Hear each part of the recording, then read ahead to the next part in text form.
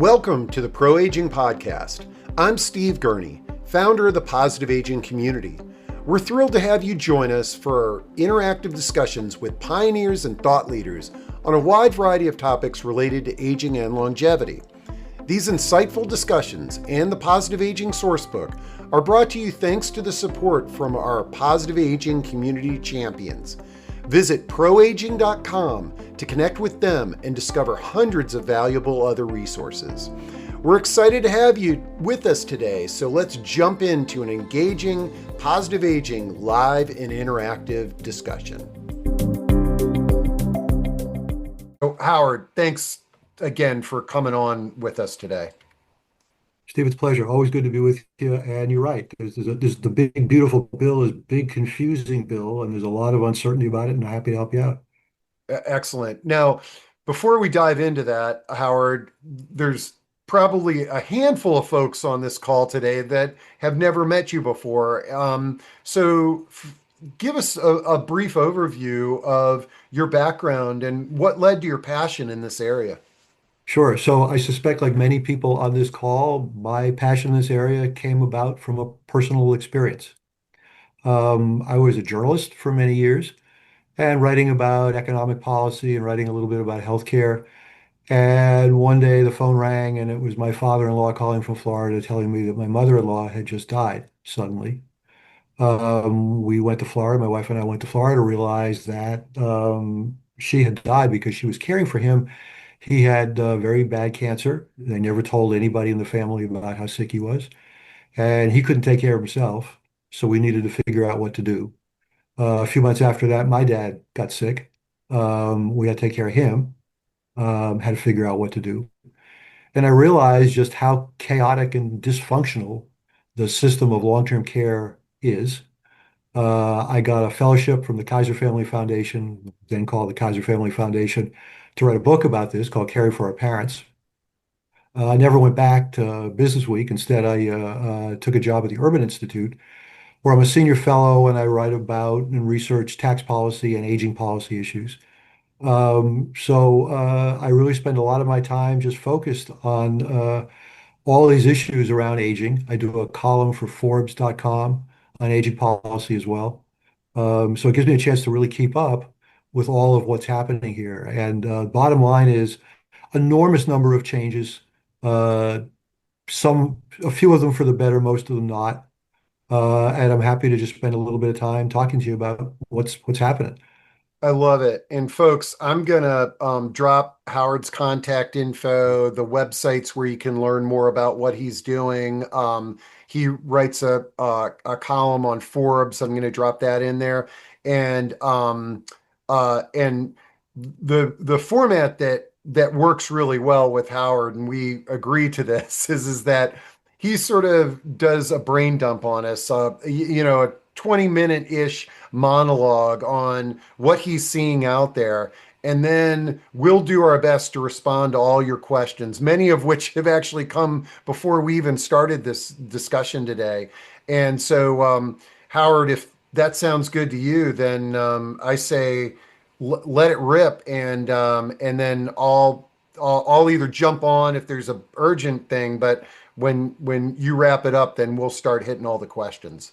Sounds good. So I'll just run through really quickly Medicaid, Medicare, and some of the other issues that have come up over the last few months.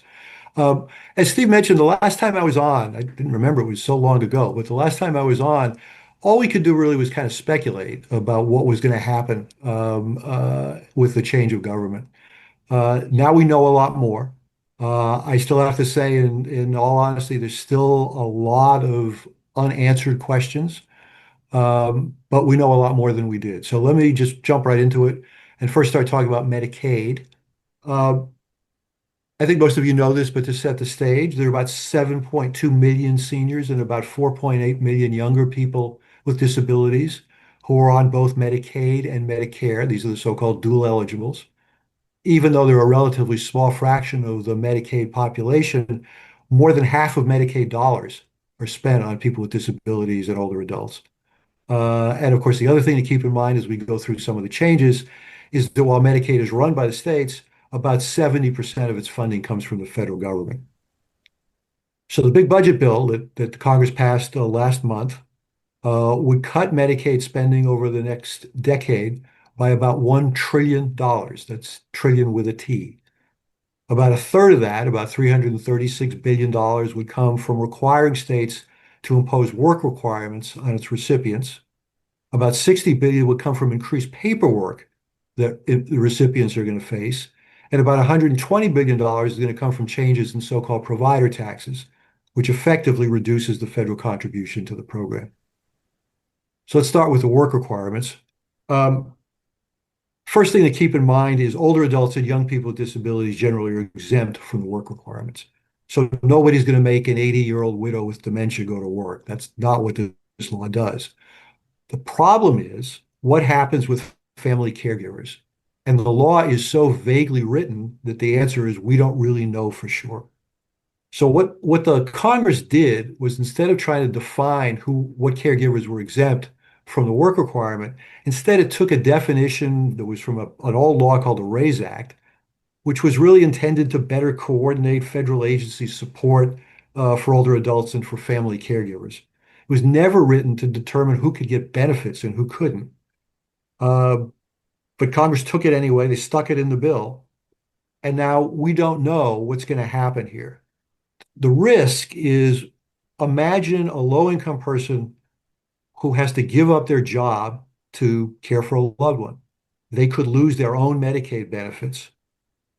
The other problem is that many people who actually would be eligible for Medicaid benefits, even because they give up a job to care for a loved one, might lose those benefits simply because they can't comply with the paperwork requirements.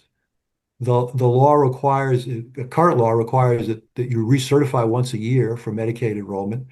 The new law says you have to recertify at least twice a year, and states can make you recertify even more frequently than that. Um, the good news is that these work requirements are not going to take effect until December of 2026, which just happens to be a month after the next congressional elections. States could do it sooner, or they could actually ask the federal government to delay the work requirement until as long as 2028, but generally figure that these are going to take effect in December of 2026.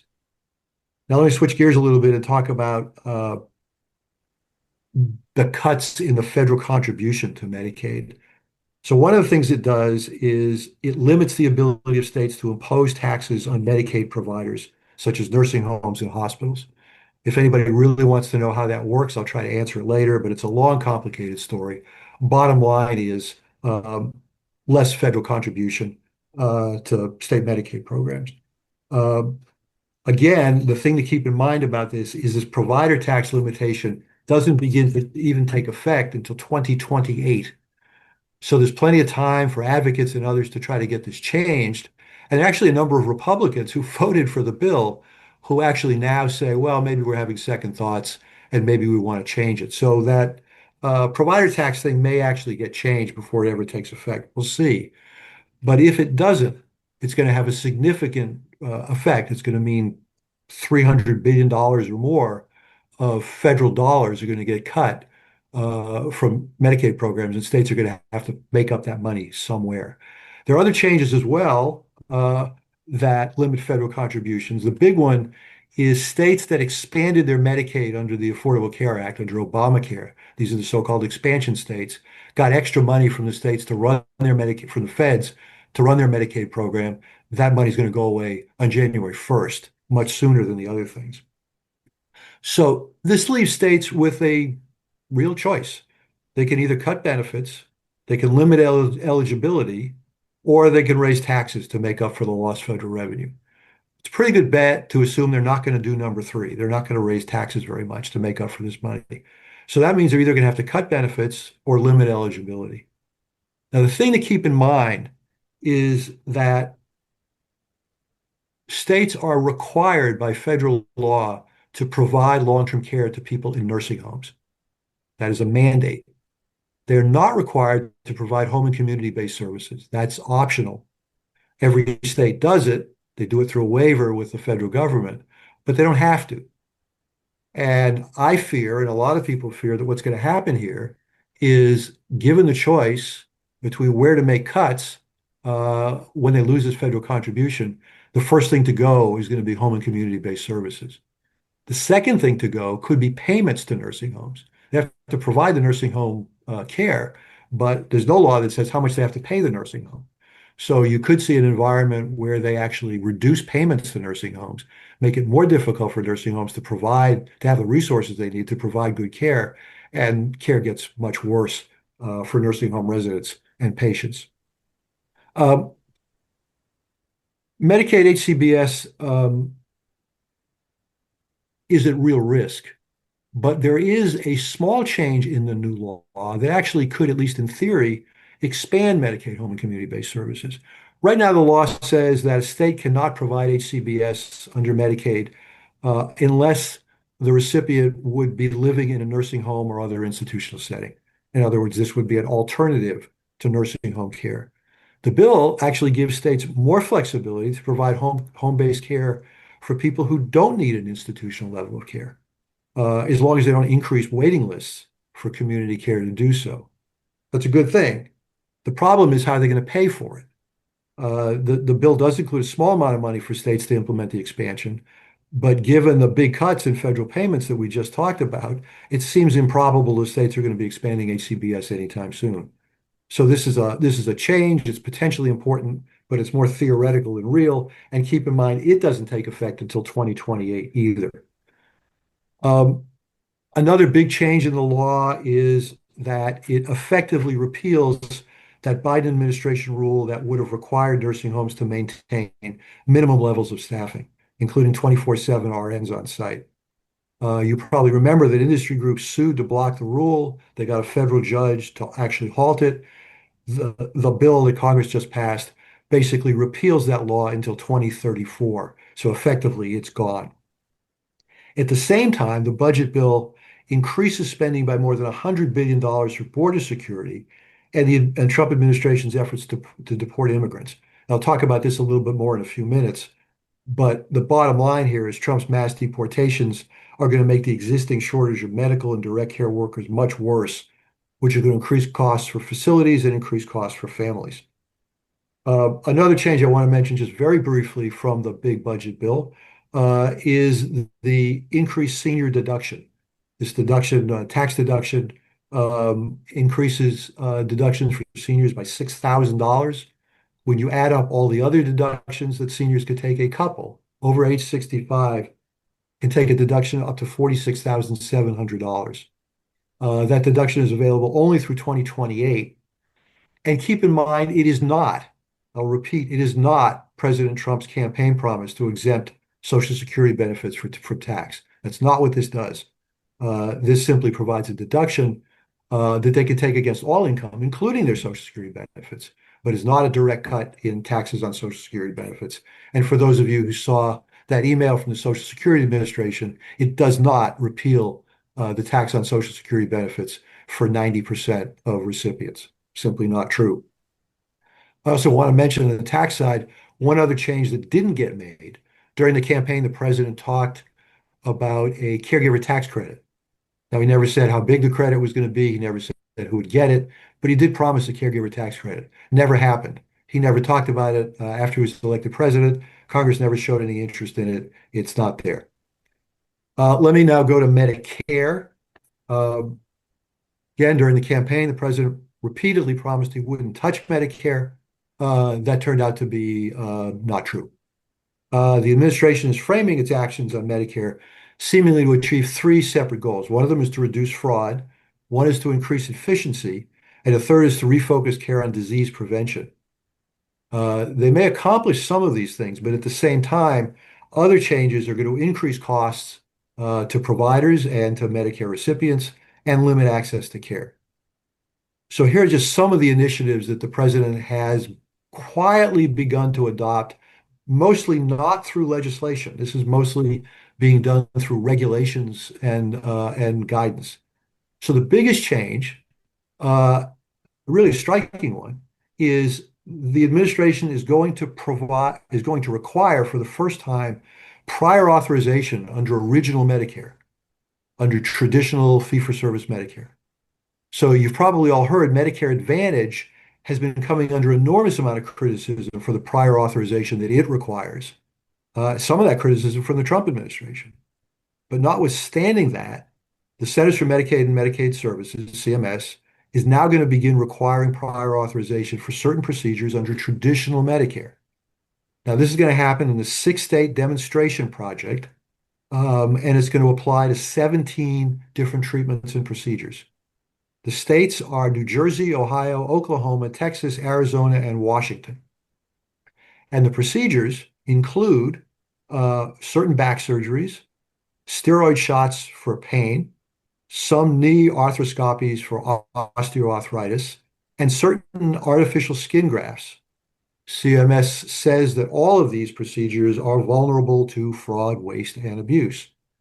The skin substitute story is an especially interesting one. The Biden administration actually attempted to crack down on overuse of this product. Trump, during the campaign, opposed that move, and in March, he actually reversed the Biden rules. Now he's reversed course again, and his administration is going to require prior authorization before Medicare pays for that artificial skin. The other thing to know is CMS says it's going to use AI for these prior authorizations, although it claims that a human will eventually review all the decisions. Another change in Medicare is what's happening with nursing homes.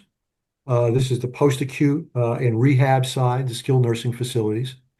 CMS has proposed increasing the SNF payment for 2026 by 2.8%.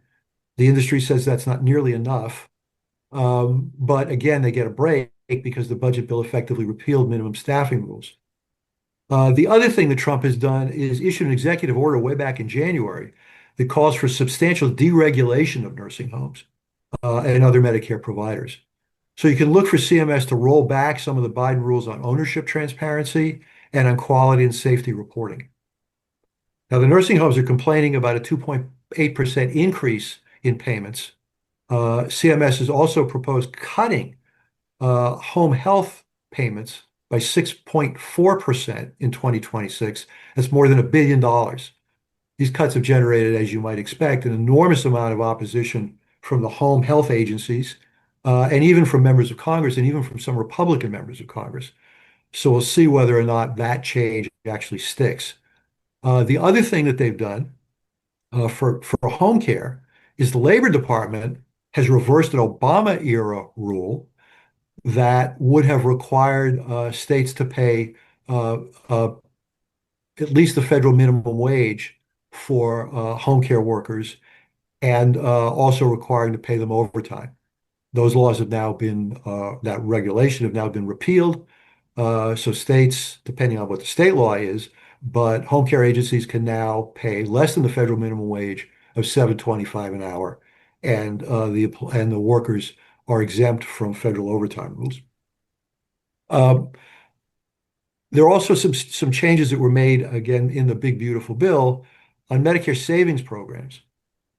These are programs that allow very low income people to get extra benefits and even some free services under Medicare. Uh, the Biden administration had changed the rules to make it much easier for them to enroll in these Medicare savings plans, and also in a related program called low income savings programs. Uh, Most of those Biden era rules that would have made it easier to enroll are now gone. Uh, Again, starting next year, they're going to be delayed until 2034, so they're effectively repealed. Another set of changes that the Trump people want to make is doing more to encourage doctors and health systems to get away from volume-based payments and do more towards payments for good outcomes rather than the number of procedures they do. Sometimes you hear this referred to as value-based care. Um, there's a lot of it that's been happening. The Trump administration is actually very enthusiastic about it, so you're going to see more of it.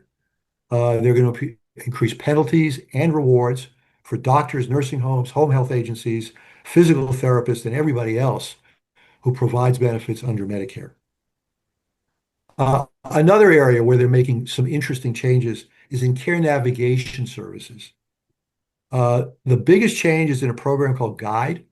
This was a program that was enacted by the Biden administration and has actually just begun to take effect. And what it says is for the first time, Medicare will pay doctors and health systems an extra amount of money every month for providing care navigation and family caregiver supports to people with dementia. Uh, this is a huge change. Um, Providers began enrolling in this last year, and just in July, the program actually began providing benefits to folks with dementia and their family members. Too soon to know how that's going to go, but potentially a real game changer. Interestingly enough, the Trump people, this is one of the Biden proposals the Trump people actually like. And they have said to me that they want to continue this program, but they want to continue it with a big change. That is that under the current law, the way it works now is providers get an additional $200 or $300 a month for providing this extra care. There's no penalty if the program doesn't work. What Trump wants to do is create a penalty if these guide services do not improve the quality of care or save the government money. We haven't seen exactly how it's going to work yet, but it's going to be interesting to watch.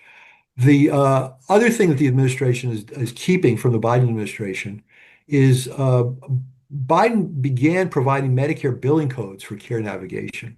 So separate from the guide program, providers actually can bill for providing some additional supports for family caregivers. They're not doing a lot of it yet, but they may. And the Trump administration, again, is continuing what the Biden administration started. Let me go on to drug prices. Interesting set of changes there as well. You all remember that Biden administration enacted drug negotiations for the first time, and about 10 drugs actually were subject to negotiations. Starting next year, another 10 drugs are going to be subject to negotiations. These are very expensive, very commonly used drugs. Well, the Trump administration wants to control drug prices too, but in a different way. Uh, he favors what he calls most favored nation drug pricing.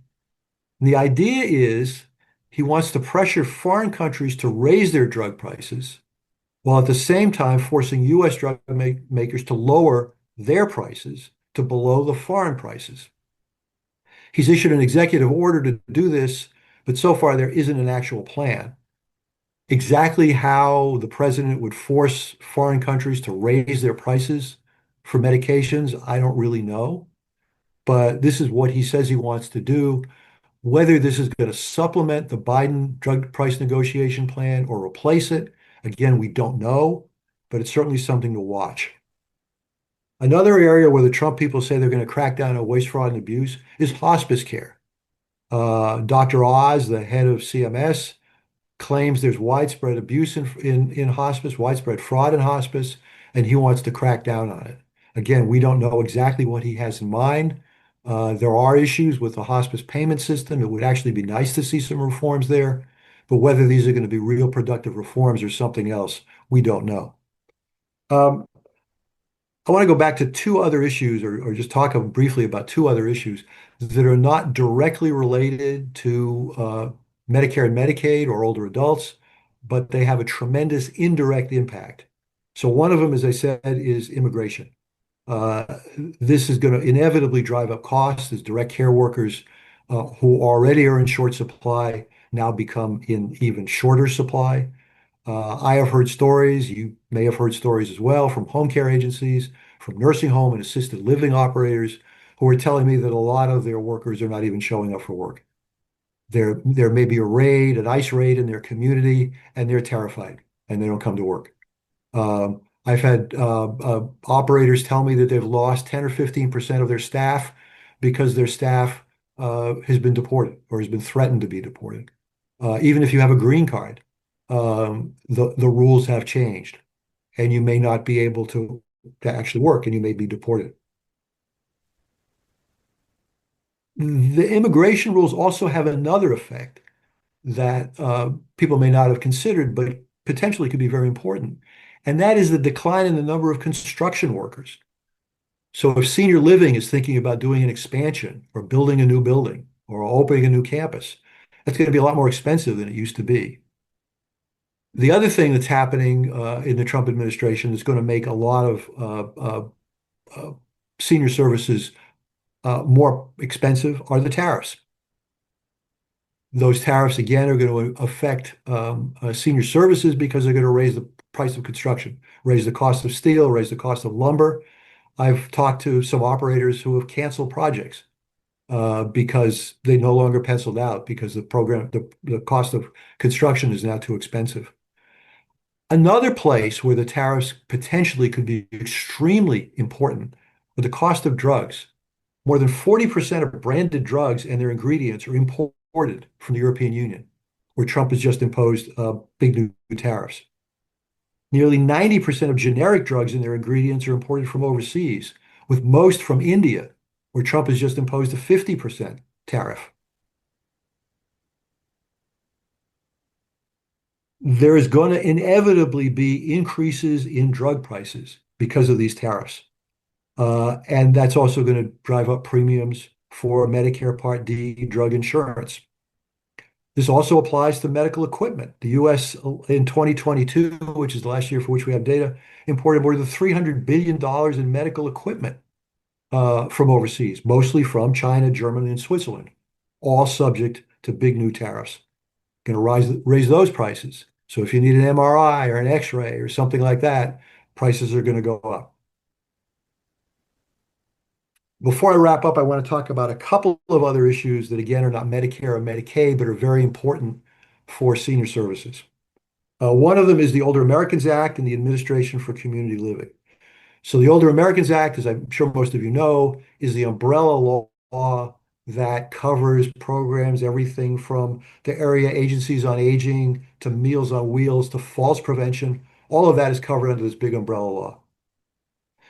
That law needs to be reauthorized. It was supposed to have been reauthorized last year. It wasn't. So it's kind of hanging out there in legislative limbo. Nobody knows what's going to happen to it. It also needs money appropriated to operate the programs. President Trump has proposed in his 2026 budget, separate from the budget bill that just passed, in his 2026 budget, he's proposed freezing federal funding for all those programs. Congress is now in the process of considering that budget. We'll see what happens. My fear is that some of that funding is going to get cut. Um, but even if it's frozen, it's insufficient to provide the care that people need. The other very important issue around the Older Americans Act is it's operated by a very small federal agency called the Administration for Community Living. The Trump administration proposed abolishing the Administration for Community Living back in the spring, and it proposed, and actually did, fire about 43% of its staff. Now, because of lawsuits and other things, that staff came back for a while. Now they've been fired again. One of the big challenges here is many of the people who are gone were the grants managers and the budget people. So imagine that you're a community-based organization that runs a Meals on Wheels program, and that program needs to be renewed. The grant needs to be renewed. The problem is that at the moment, there's nobody at the other end of the phone to answer your call to get the program renewed. There's nobody to review the paperwork. So this is kind of a backdoor way for the administration to eliminate or at least drag its feet on funding for a lot of the programs under the Older Americans Act. We don't know what's going to happen now. The Administration for Community Living is supposed to be folded into another office at the Department of Health and Human Services. That hasn't really happened yet. Nobody knows quite what's going to happen.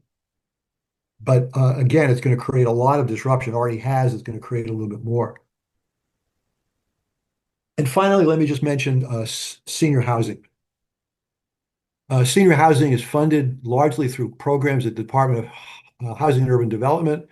One is called the Section 202 program. One is the Section 8 program. What the Trump administration's 2026 budget proposed is to cut funding for all of the rental subsidy programs, including those, by about 40%, and to turn it into a block grant. Basically, turn all the remaining funds over to the states and let the states fight over who gets the money. So realistically, what's going to happen here is there would be demands by families, young families with kids for subsidized housing, and demands by older adults for subsidized housing. I don't know about you, but I think I know who's going to win that fight, and it's not the older adults. Now, Congress has already given some indication that it's not going to do all that. Um, it seems reluctant to make the big funding cuts, and it also seems to want to give states more flexibility than they have to operate these programs, but not turn it into a straight block grant program. Again, we'll see what happens to the budget. That's going to be a debate that's going to go on through most of the fall. We'll see where it goes. But again, the rental assistance programs for older adults are in some jeopardy. So I'm going to stop there. I'm going to take another drink of water, and then I'm going to happy to answer any questions you've all got. All right. Well, that was a great overview, um, Howard, and I see we've got lots of questions and comments. So let's, and that's perfect timing. So we've got about 30 minutes, folks, that we can go through these. Um, let's see. Okay, Steve says, what chance is there of having enough nursing home beds to accommodate those who formerly had home-based care? Um, any thoughts on that? Yeah, so this is going to be a real challenge. Um, I think it's going to depend on where you are. I think there are some estimates. Brown University did a study and they estimated that about 500 nursing homes would probably have to close because of the Medicaid changes. Um, a lot of this is going to depend though on geography. There's some places that are overbedded that probably already have too many nursing home beds, um, and they'll probably be fine. There are others, particularly rural areas, where there may not be a nursing home within 50 or 100 miles. So it's going to be a big deal. Um, the other issue is, will these people even move into nursing homes? There's so much resistance, so much reluctance. People may not do it. They may just decide, I'm going to just stay home and I'm going to do what I can do. And the outcome of that could be pretty tragic. We'll see how it goes. Okay. Um, let's see. Larry says, can the next Congress change these or the law? And Howard, like, you're sort of in the inside politics of the midterm elections, and if the House and the Senate change, what are your thoughts on this? So, Congress, if the Democrats could win the House and the Senate, which they got a better chance to win the House than they do with the Senate, we'll see. Uh, they could try to change the law, but the president would veto any changes. And there's not remotely a chance that there would be a veto-proof majority of Democrats in the House and Senate.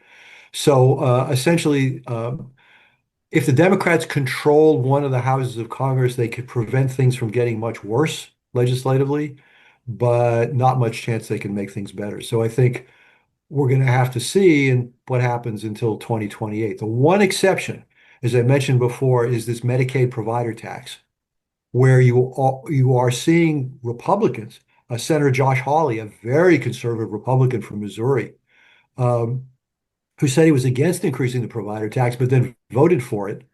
A couple of days after he voted for it, he says he wants to repeal it.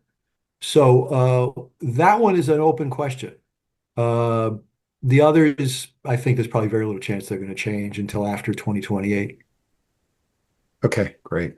Um, let's see here. Steve says the minimum staffing requirement was, in my opinion, the best thing that Biden did. Um, and I've heard a lot of that about that legislation. And So yeah, so the minimum staffing rule, we could probably do a whole show on that. I have some doubts about that um, because I think staffing is more a symptom of a badly operated nursing home than it is a cause of a badly operated nursing home. But nonetheless, Biden proposed this was a regulation. This was not a statute. Congress didn't do this. This is just done by regulation, and there's just no chance it's going to happen. As I said, what the law does is technically it defers the regulation until 2034, 10 years from now or 9 years from now. Um, but essentially it's dead. Um, the other issue, when you go back to the immigration stuff, is I'm not sure that given the shortage of direct care workers, that many nursing homes could have complied with the minimum staffing rule, even if it took effect. Wouldn't have surprised me at all to see the Biden people delay the effective date of that because it's so challenging for people to find staff. Hmm. And let's hope that the industry, like they do in many industries, is self-regulate before government needs to come in and make laws in that area. Steve, I recently gave a talk to a group of operators about exactly this topic, and I could not agree with you more.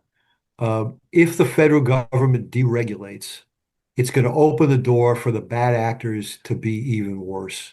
Mhm. And I said to this group of providers, you all know who the bad actors are. You know better than I do who they are. And they're destroying the reputation of your industry, and it's up to you to do something about it. And you're exactly right. They're going to have to find a way to self-regulate. The other thing that's going to happen is in the absence of federal regulation, you're going to see all this different state regulation. So if you're an operator who operates in different jurisdictions, so Steve, you live in Virginia, I live in Maryland, you may have an operator here who has facilities in Maryland, DC, and Virginia. They all operate under different rules.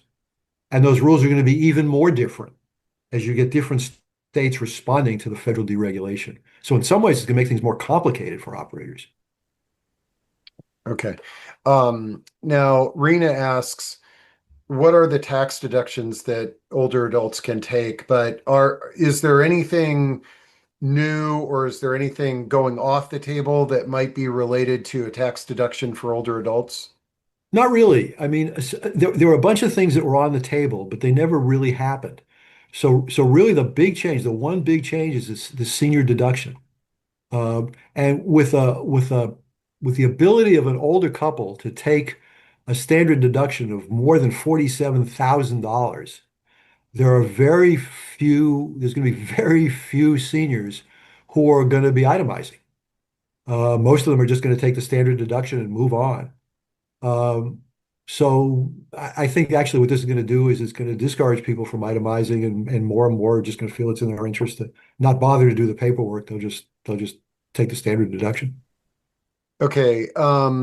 Let's see. Parnell says, so for me to be clear and understand, you state MSP is gone in 2026, but we can revisit it in 2034. And just remind me again, what's MSP? So it's a Medicare savings plan. It's not gone. Got Let me be clear about it. It isn't gone. The program is still there. Hasn't been repealed. What's changed is the Biden administration made it very easy. In fact, it created automatic enrollment for some of these subsidized Medicare programs. That's what's gone. It's going to require now more paperwork for people who are eligible to enroll in these programs. So programs are still there, but it's going to require a lot of support for low-income people to get enrolled. That's the big change that was made. Okay, and that's, I think, one of the main things that I've been hearing in the news is that it's just going to be more difficult to access programs. That's right. Yeah, okay. What they're doing is it's kind of a funny thing. I mean, the Republic, not to be partisan about it, but the Republican brand used to be deregulation and getting rid of government red tape. What they're doing with this law is they're creating more red tape, but not for businesses. They're creating red tape for individuals, particularly for low-income individuals. And a lot of people who absolutely are eligible, totally qualify for government benefits aren't going to get them because they're going to mess up the paperwork. The other thing to keep in mind is there's going to have to be somebody at the other end to read the paperwork. That's going to require more employees at the state level or at the federal level. And we're in an environment where we're reducing employees. So that's going to mean that it's going to take more time for people to review the documents, and it's going to delay enrollment and it's going to delay eligibility. Okay, I like Barbara's question is, would you suggest some factual and reliable websites, newsletters, and other sources to keep up on this type of information? Um, yeah, how do we become Howard Gleckman? How do we stay informed like you? So, shameless plug here. I do this regular column, and you can read it on Forbes.com, or you can also read it on my own website, which is howardgleckman.com. And I'm dropping Um, that into chat, folks. so it's all there, and I write about this stuff pretty much every week, so you can find it there. NCOA, National Council on Aging, does a pretty good job of keeping up with this stuff. Um, Family Caregiver Alliance is another group that does. There are other folks who are ARP kind of does, not as good as I wish they would, but so there are some places to go where you can get some, I think, a pretty good summary of what's happening. Okay, great. Okay, all right.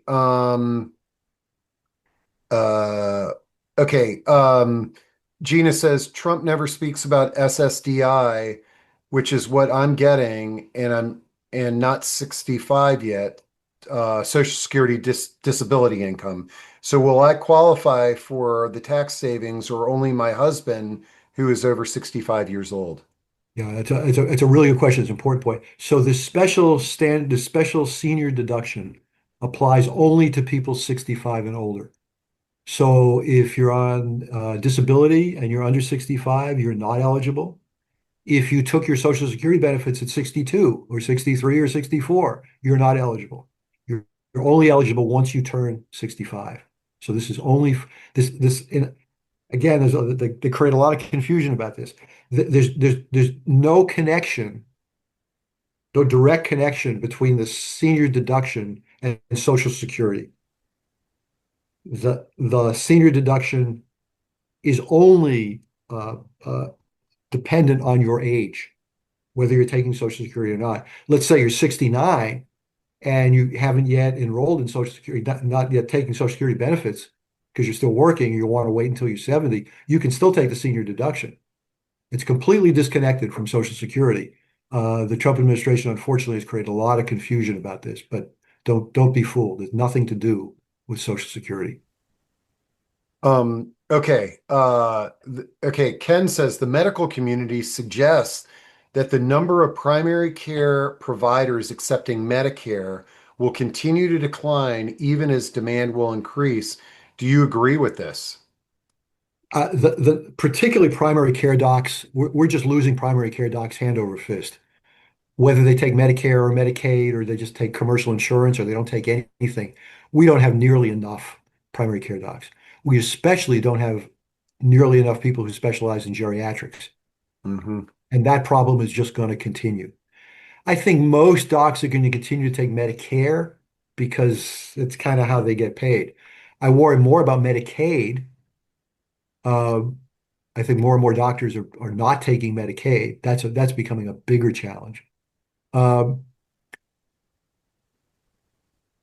I think we're going to have to get used to, and this could be another show too, we're going to have to get used to using uh, nurse practitioners and physicians' assistants who are going to pick up a lot of the gap. I talked to somebody who runs a very big integrated health system a few weeks ago, who was telling me that they are trying to change expectations of their patients so that their patients do not expect to see their doctor every time they have a visit.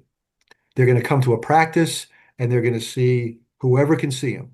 It may be another physician, it may be an NP, it may be a PA, it's going to be whoever there is.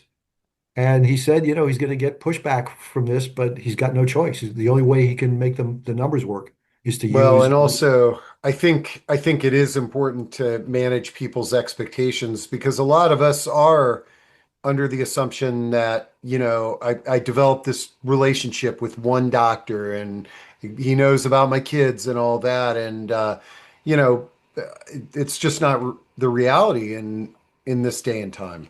That's exactly right. And I saw a couple of people on the chat talking about, don't denigrate NPs and PAs. I absolutely do not. They Oh, do I think terrific work. they're the doctors. They're basically our doctors of of the future, Yeah, and or the way that we. they can do, 99%. Maybe you've got something that's really complicated and you need to see a physician. But for the most part, for routine stuff, there's no reason why a physician's assistant or nurse practitioner can't do it. Do it just as well as they Now, do. let's see. Barbara says, what states are best for older Americans on Medicare to live? And Howard, when I saw that, I dropped it into AI, but I'm kind of curious, do you happen to know offhand states that are doing things really exceptionally? You know, um, no, I don't. I mean, there are a number of organizations out there that rate states. ARP does a regular project that rates states for older adults. But so much of this, I mean, some of this has to do with healthcare, some of it has to do with cost of living, some of it has to do with climate. I mean, there's a million things that is so I wouldn't even try. Above my pay Yeah, grade. and like when I dropped it into an AI chatbot, it ranked Kentucky as number one, excels in Medicare accessibility, low cost, high quality, certified hospice and home care, and low home care costs. So I think one of the things when I look at this brief list that popped up, there are some more rural states that may have lower costs than some of the more densely populated regions. But keep in mind, having said I'm not going to get into this now, I will. Keep in mind that rural areas may have lower costs, but you may have poor access. And not as many providers. Exactly. Yeah. So there may not be a doc who can take care of you. A hospital may be 100 miles away. Nursing home may be 100 miles away. So you got to keep that in mind. People who say they want to retire to, some, beautiful house in rural Maine, it's great up there, but you may be hard to find a doctor. Okay. Oh, this is a good one. Kelly asks, is there any indication that large organizations like AARP are organizing and fighting around these changes? Have you stumbled into any factions that seem to be opposing these changes that we can support or people can connect with? So one of the really interesting things about what happened with the big budget bill was for the first time in my memory, the disability community and the aging community actually got together to fight against some of these changes. There's always been this tension between the two communities. And they're actually able to pull together and do some things. Um, you know, I know there's some people on here who are connected to ARP. I will say that the problem with ARP is it is big and it is slow, and it takes a long time for it to go through its sort of internal bureaucratic management changes to respond, and things, especially when things happen as fast as they did in the early days of the Trump administration. So I think there are other organizations that were more nimble and were able to advocate more effectively for change than the national ARP did. I will say that state ARP chapters do a very good job in terms of advocating on state law. They have a little more flexibility. They can be a little more nimble. So I think it's a little bit of a complicated story. Okay. All right. But there's no like Center for Medicare Advocacy or like a group that is um that you've seen that's really uh making an effort to Uh, fight these things. Yeah, no, I think there are a bunch. I think there are a lot of groups that are doing a good job. But they're all small. They can do, little slices of things. I think it's a matter of kind of building these sort of coalitions. Hmm. And, one of the things I always say to people is the most important thing you can do as individuals is talk to your local legislator, talk to your local congressman about what your life is like, or maybe for many of the people watching this, what your clients' lives are like. Because trust me, they don't know unless they've lived through it themselves. They have no clue.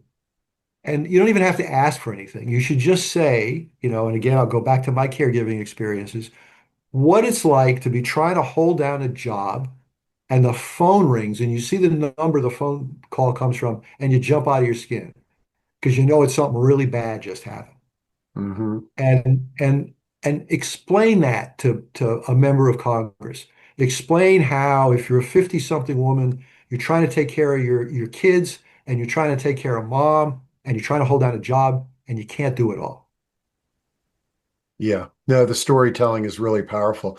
Okay, I'm looking at the clock. Can you hang on for maybe 5 minutes after the Sure, hour? absolutely. No Okay, problem. cool. Well, folks, we'll try to get as many of these questions, but I like Katie's question. She said, Howard, are you available for consultations with nonprofits or organizations navigating these changes, or do you have a recommendation to turn to?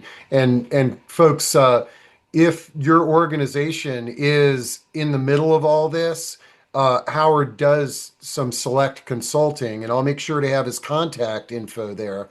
The other thing is, you can see what a great speaker he is. If you're associated with, a conference, or you need a keynote or something like that, Howard does an amazing job of those presentations. I'm feel fortunate to have him on here. But did you want to add anything to that?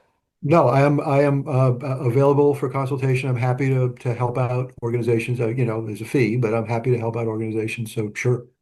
And I'll drop his contact. It'll be on the recording link at proaging.com, folks. Elva says, how can workers be paid less than minimum wage? Servers get tips, which is why many states, including Texas where I live, pays less than minimum wage, but CNAs and other workers don't receive tips. So how is that even legal? It- it- and this is, I guess this is also an umbrella of the problem in senior living of wages and benefits and things of that. Yeah, it's a really bad situation. And they operate under special rules, and the rules are really bad. And it's one of the reasons why it's so hard to find care workers. It's difficult work, it's dangerous work. I always remind people it's more dangerous to be a direct care worker than it is to be a coal miner because of the back injuries that they suffer. So it gets really complicated because a lot of them are not working full time; they're only part-time workers, and they're subject to different rules. Okay. And Elva asked about the 6 states that are doing the demonstration. I copied it into chat: New Jersey, Ohio, Oklahoma, Texas, Arizona, and Washington. Correct. Um, and let's see. Okay. This is Jose has an AI question. Howard and I were talking about AI. Can AI agents working as assistants to caregivers help alleviate the staffing crisis?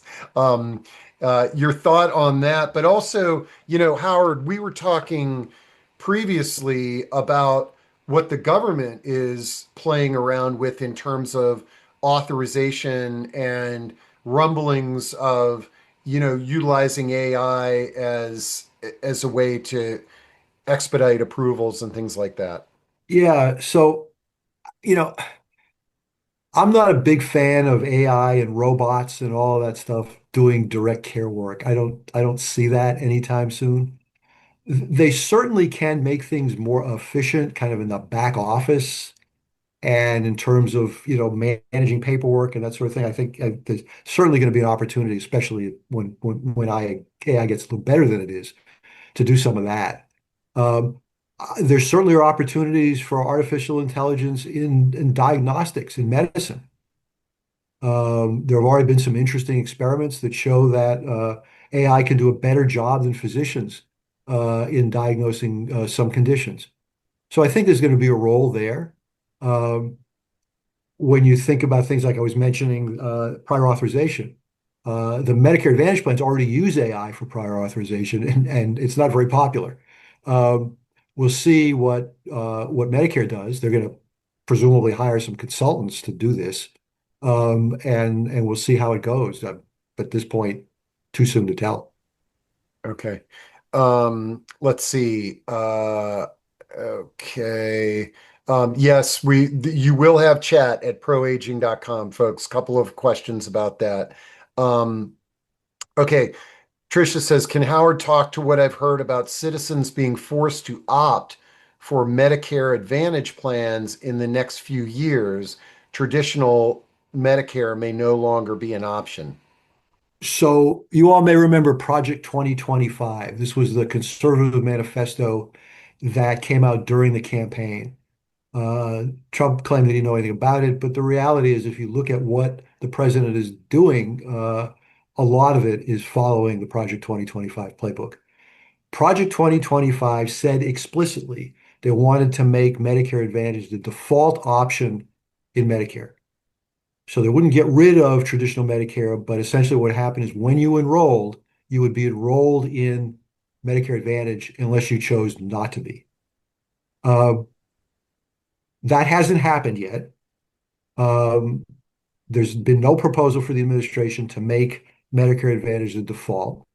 And in fact, the administration has actually taken some steps to crack down on what it sees as abuses in Medicare Advantage. So there's kind of this sort of inconsistency with the Trump administration and Medicare Advantage. They like it, they like the idea of managed care, but on the other hand, they realize that it's not working the way they wish it would. So we're going to have to see. But so far, traditional Medicare is still available to anybody who wants it.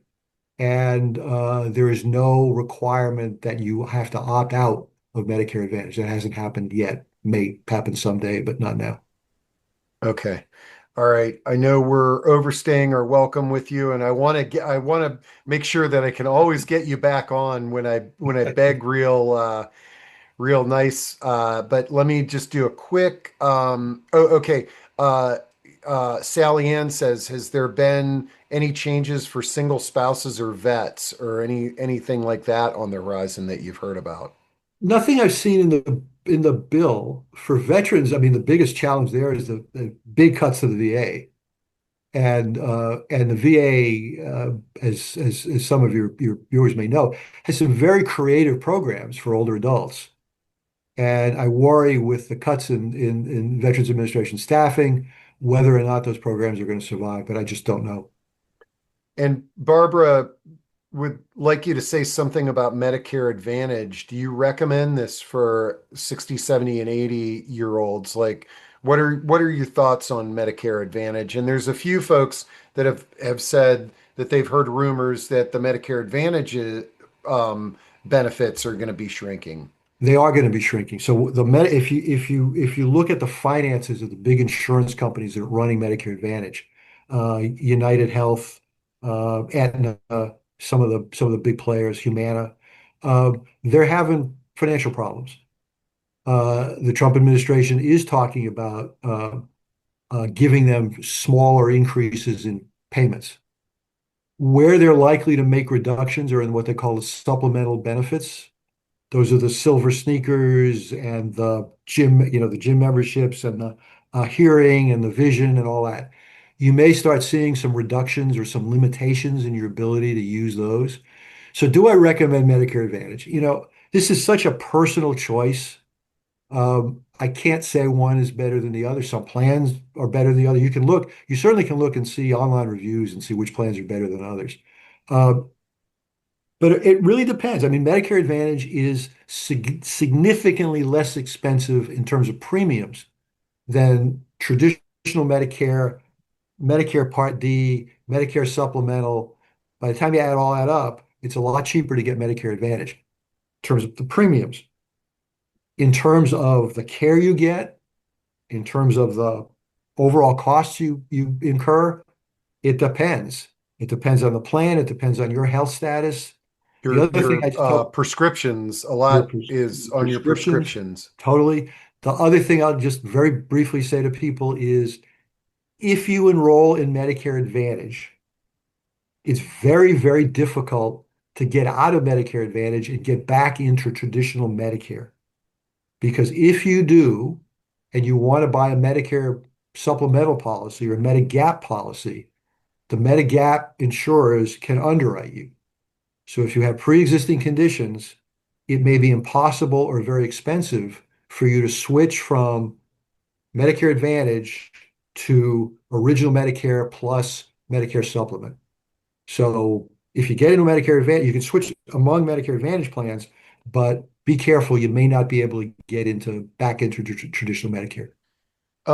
Something that I've heard a little bit about, and Ellen is asks, please respond to whether telehealth will still be covered under Medicare. I know the pandemic had a lot of shifting to telehealth, and is that in our culture permanently now, or are they going to be cutting some of the telehealth Well, benefits? I never say permanently, but so the deal was that there was a temporary federal law that allowed Medicare to pay for telehealth.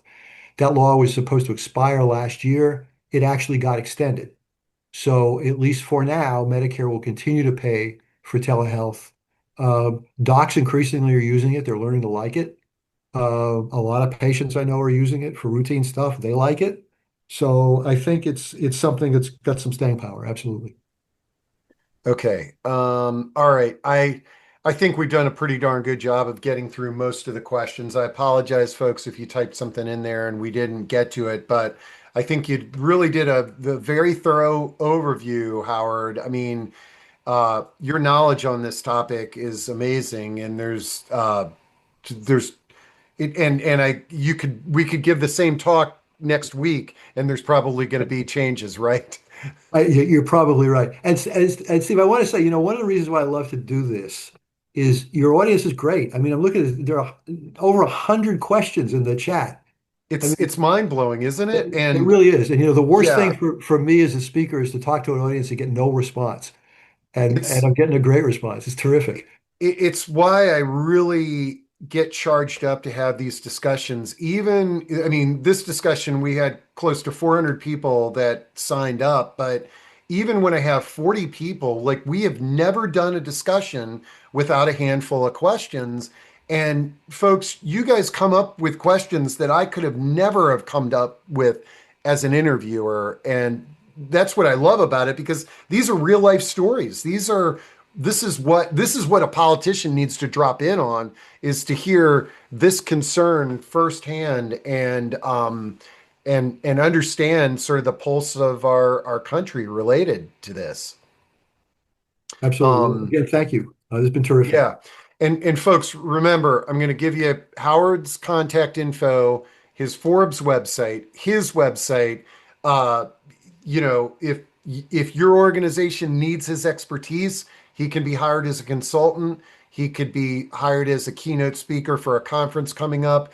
And then I'm just and I hope some of you hire him so that he keeps on coming back on my discussions. um, Howard, this has been a great another great presentation. I will work on getting this up online as quickly as possible. And until the next public policy crisis, I hope you do. I hope you have a good day and a good week or what have you. Thanks a lot. Always a pleasure to do it. And see you again soon, Steve. Take care. Thank you. Okay, bye.